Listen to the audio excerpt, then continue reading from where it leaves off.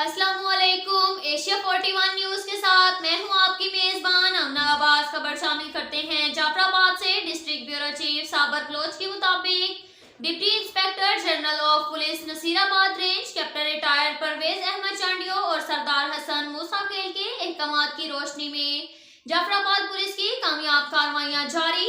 रावलपिंडी पंजाब से अगवा शुदा बच्चा बाजियाब करके मुलजिम को गिरफ्तार कर लिया गया और डकैती शुदा मोटर बाइक भी बरामद कर ली गई।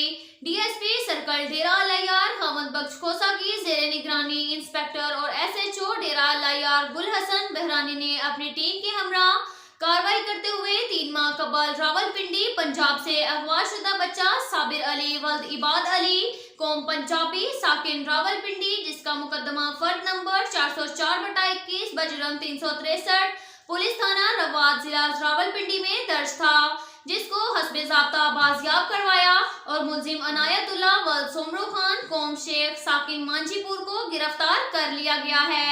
जबकि दूसरी कार्रवाई में एसएचओ डेरा अलायार ने पुलिस पार्टी के हमरा दौरान गश्त नस जागीर के इलाका में पुलिस पार्टी को देखकर मशकूक अफराद मोटरसाइकिल छोड़कर जागीर से फरार हो गए।